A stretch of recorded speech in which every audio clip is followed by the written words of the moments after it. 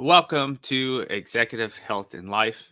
This is the place where we help forward thinking entrepreneurs, executives, and business leaders monitor their health so they can maintain their edge and status with precision. If this is your first time here, go ahead and hit the like and subscribe button. If you're watching this for the replay, hit the like and subscribe button. And if you are listening to this from the audio side of things on the podcast, one of the podcast platforms, welcome. Thank you. Thank you again for rocking with me. And make sure to subscribe if you're not subscribed over there as well. But nevertheless, in this episode, I'm going to share some benefits of aerobic exercise, and I'm going to tie it to longevity and overall health. Now, muscle is still a top priority to me.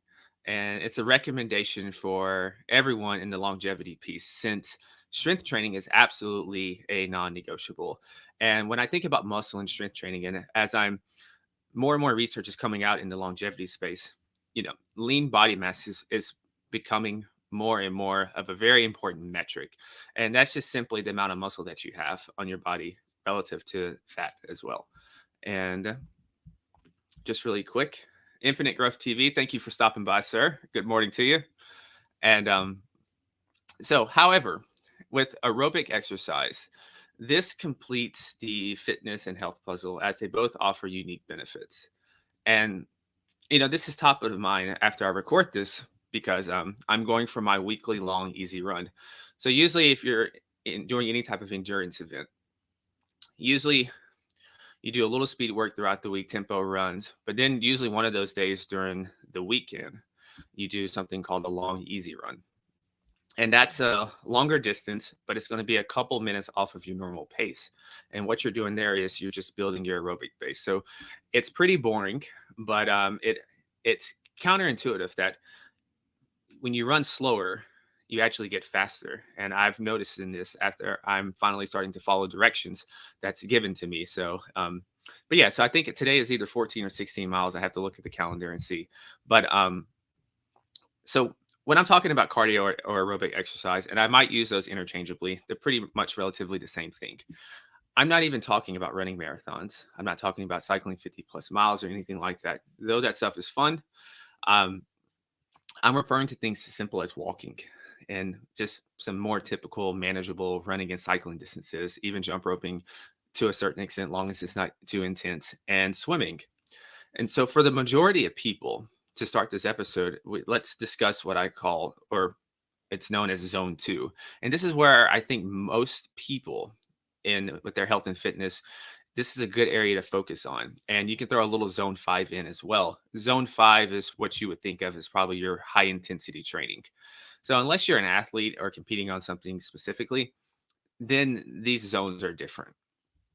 Now, for a brief spill on what exactly is zone 2, it's a type of training that's going to occur when you're doing some sort of steady activity, but you're maintaining a particular heart rate for that longer period of time. For most people, it's probably good around 35 to 50 minutes or so. And you do this 2 to 3 times a week. And as I mentioned earlier, it can be done through walking, rowing, swimming, running, or even working out on an elliptical machine or a stationary bike. Now, at this level of training, this is a good indication that you're at this zone, is that you can still talk, you can watch TV, you can listen to a podcast, or you can even chat with the pretty woman beside you at the gym. And to answer one of the questions in the chat here is, how would you define too intense for jump roping? This comes down to your heart rate and what that's going to be at. And I'm actually getting ready to cover that in terms of determining your heart rate, and that'll let you know what zone you're in. So that should help a little bit with that question. So when we think about endurance training, it's somewhat of a U-shaped curve. And so too little or even too much is problematic. And when you think about too little, what that does is it allows the mitochondrial, which is, just think of these as like the things that gives us our energy, these little battery cells. And this is going to decrease, increasing insulin resistance as you age, and just gradually overall diminishing your energy on a daily basis, especially when you combine this with poor nutrition as well. Now, on the other end, too much activity, especially when you don't recover enough or put enough attention to recovery. And this is the area that I'm still working on, is that I can really push myself to redlining and I have to really work on recovery. And improper nutrition can also cause a slew of issues and potentially accelerate aging and various biomarkers. Now, a quick way to determine zone two here is to start by calculating your maximum heart rate. And I think the standard formula is you can take 208 minus zero point 0.7 times your age.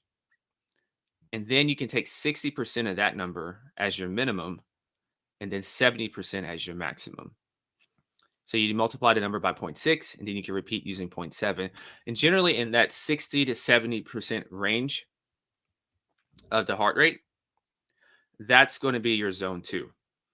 Now, if you're a highly trained athlete or you're someone on medications or with other different types of health issues, that's most likely going to have a different range. So, but for the typical person, this is a pretty easy way to go about determining um, where your heart rate is and what zone that you're most likely to be in. You know, you should be able to speak a full sentence, and you're also reaping the benefits of a level targeted to maximizing fat while burning over. Sorry, zone two. Let me slow down here. I'm a little caffeinated. In zone two, one of the other benefits, which is why it's good for a lot of people in the general public, is that you're maximizing fat burning over the carbohydrate usage. So you're going to your fat reserves instead of just using the carbohydrates and the glucose there. Over time, if you have some sort of wearable that tracks HRV, what you will see is that your nervous system is going to become more efficient and effective over time because you're going to see that number increase during that time period. And so to finish off this episode here, I'm going to share 4 reasons why exercise, and in particular aerobic exercise, is going to help with longevity, performance, and your health. And the first thing is improve blood sugar. And 90% of Americans have suboptimal cardiometabolic health in some form or fashion, one of those. And this is a very key metric to monitor. This is literally connected to every hallmark of aging. And so getting your body simply in motion is going to help with insulin sensitivity. And insulin sensitivity, to break that down, this simply means that you are going to, like, your body is going to become more efficient at managing your blood sugar. And the second point is reduce inflammation. So this one may sound counterintuitive because it would seem that putting excess strain on your body would cause more inflammation. And to a certain extent, that is absolutely true. You can totally wreck your body with a bunch of strenuous activity. But a good marker to look into here is HSCRP. And this is a general marker of inflammation. It's a good area to look into regarding your performance and your recovery. Now, if you have extremely high levels of this, then most likely there is an imbalance, and this high level of strenuous exercise can cause that to elevate. Now, on the other end of things, when we're looking at this, a little acute inflammation is actually beneficial to helping your body grow and repair itself. And the reason why I think about this is we can even think about stress. There's distress, which is usually something that's breaking us down, and there's eustress, which is more of a positive type of stress. When you're exercising and training, this is more of the eustress. And so this is essentially what's happening here, where you need a little of that inflammation to help your body grow and repair itself, to beat it down a little bit. So the issue, of course, arises, though, when you have these uncontrolled levels of inflammation.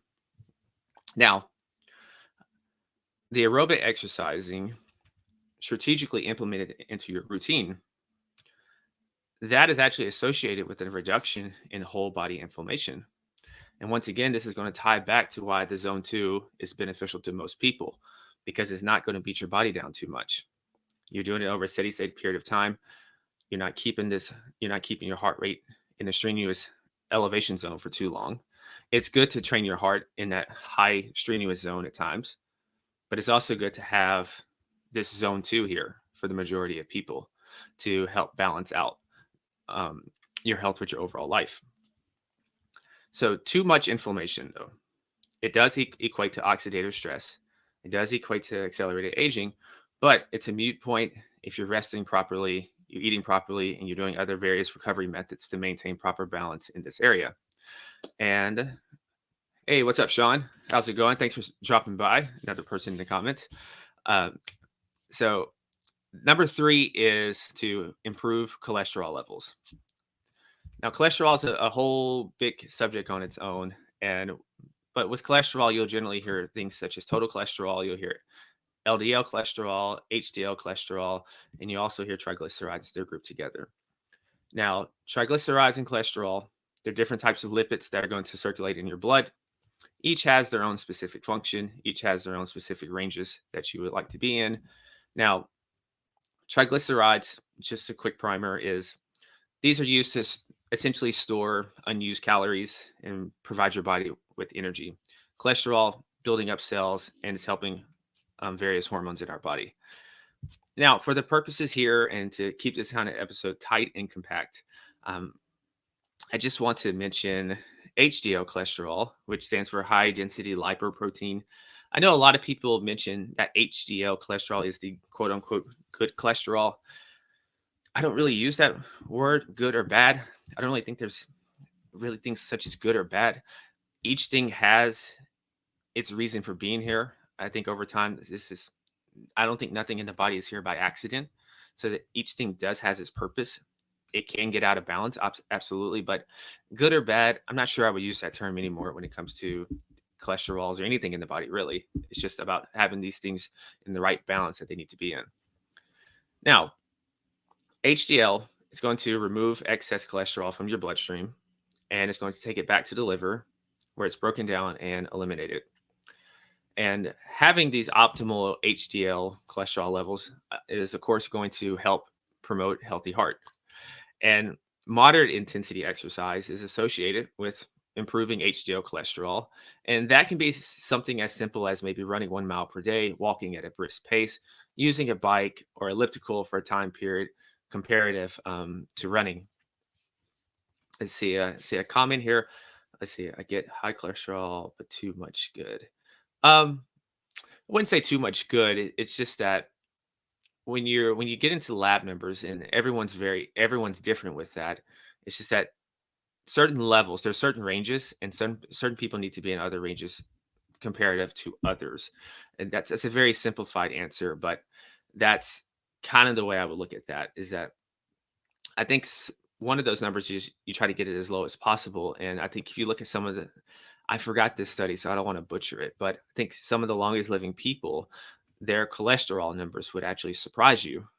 And I think that's why this had people kind of rethinking this whole thing about cholesterol is what's actually optimal and what's actually good, because these people had numbers that would not typically be good or recommended. So, but I can't remember that, and I might bring someone on to talk about cholesterol and everything. That's an expert more in this than me. So I have very surface level knowledge in cholesterol and everything.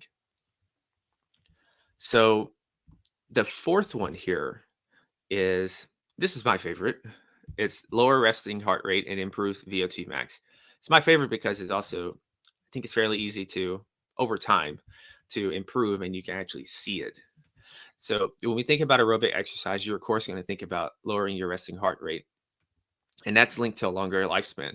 Now, if you look, according to the American Heart Association, I believe it is a lower resting heart rate, or a normal resting heart rate is 60 to 100 beats per minute. I don't really like that. And the reason why is because there's been a couple studies out, but one that I have here in my notes is that in a 2016 meta-analysis in the Canadian Medical Association journal, resting heart rates over 80 beats per minute was significantly correlated with the increased risk for all-cause and cardiovascular mortality. And every 10 beats per minute increase in the resting heart rate increased the risk of death by 9%. So that's why I tend to, at least get this thing under 80 or so and even lower. But once again, there's genetics involved, there's different medications, there's so many other variables at play that, you know, makes these things a little different. That's why I typically do not speak in absolutes that much, just because there's so many variables. But generally speaking, though, you want your heartbeats at least under that 80 range and probably 70. Now, so why would you even want a lower resting heart rate? What does that even do? So even if you hear that term, well, your heart it's much more efficient, than it's exerting less effort to pump blood.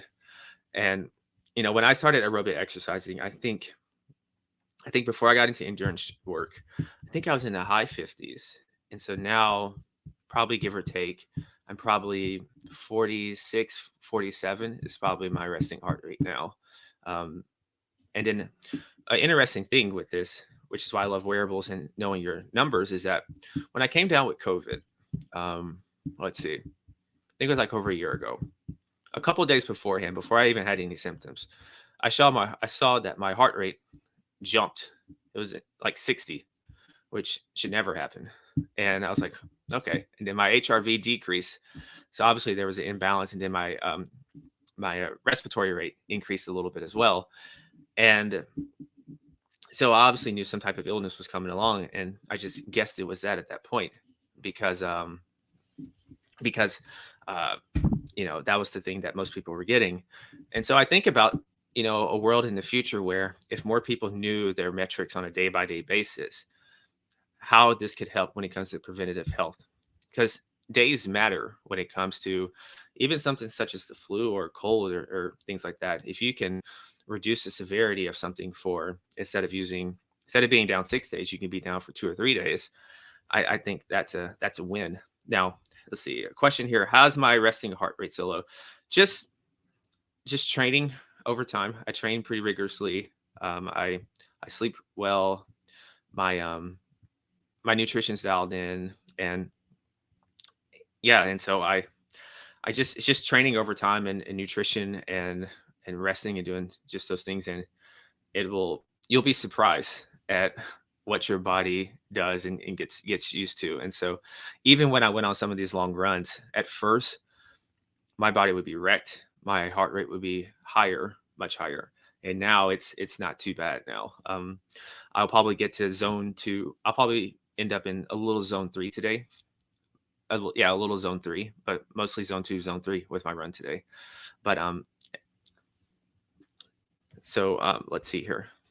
One of the other things, there's a lot of things that can influence your heart rate, as I'm thinking about this and talking about this right now. But kind of just focusing on exercising heart rate, and that's probably another good idea for an episode, is just to talk about ways to lower your heart rate and those sort of things, and even why that's important. Because I think there's a lot of words that are tossed around, but we don't necessarily know what this even means or why it's important in a practical sense. So increasing your activity strategically, this is one of the strongest modifiable factors for lowering your resting heart rate. It's the easiest way to do it. Um, One of the studies I have here is that a lower resting heart rate is correlated with an improved VO2 max. And people with higher levels of fitness are more likely to have a lower resting heart rate. And this is according to research published in the British Medical Journal, not Journey, not the band, Journal.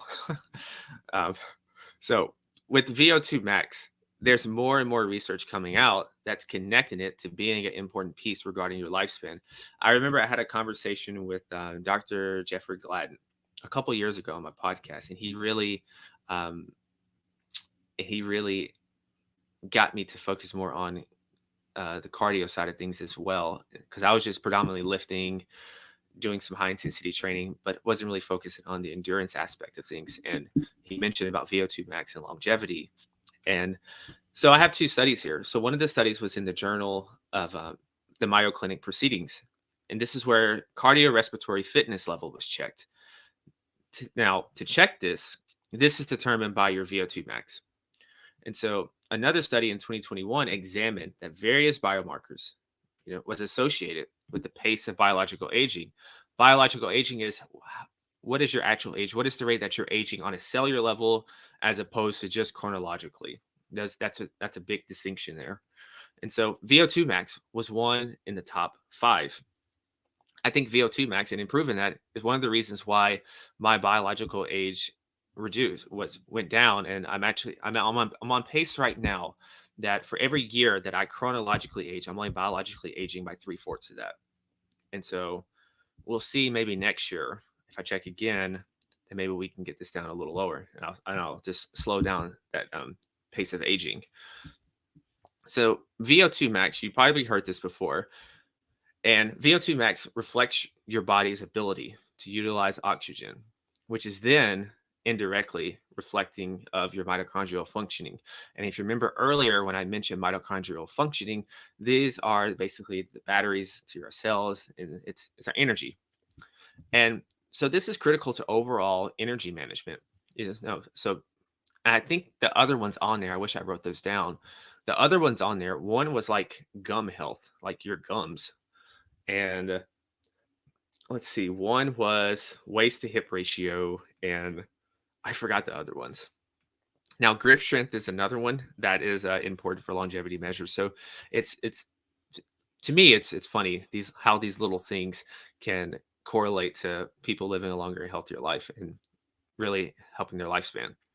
So besides physical activity, you can improve your resting heart rate, alcohol consumption, limiting that, quality sleep, proper hydration, mitigating stress through meditation, prayer, sleep, and quality relationships. And I mentioned quality relationships because an environment, because this goes back to stress. And this is an area, this is probably one of my weaknesses actually, is really optimizing my environment. And people make a big difference. And people can most absolutely affect your stress levels. I have another device that I use. It's called a First Beat. And you put it on, you wear it for 3 days, and it measures every single heartbeat for those 3 days.